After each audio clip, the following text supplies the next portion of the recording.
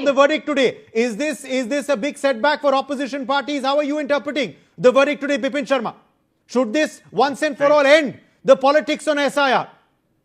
Thanks, Uday. So ideally, definitely, the matters should, this should come to an end now that the apex court of the country has delivered this verdict, and it has made it amply clear that the Election Commission of India is well within its constitutional, it has the constitutional powers, the statutory powers to conduct the exercise of SIR.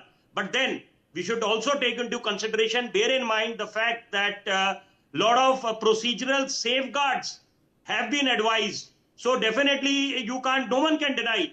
And, and I include the BJP also, that they would also agree in toto that, there must have been procedural lapses.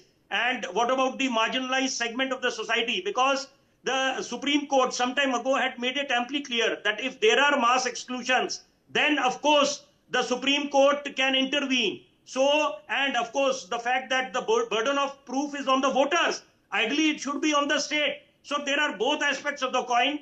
But then, because we say that we respect the constitution, we respect our apex court, then of course now that the verdict has come, then definitely matters should be put to rest, and we should abide by what has been stated in this verdict. Of course, as far as mass exclusions is concerned, the dispute regarding the citizenship, because it is also equally important to bear in mind that if some names have been deleted, it does not mean that they are not eligible citizens. And what about the fast track process?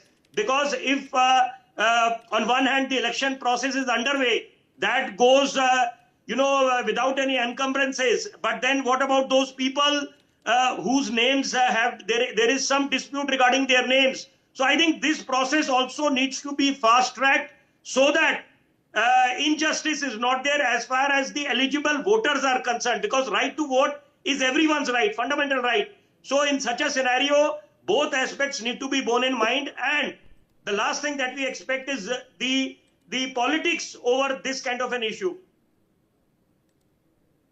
Okay.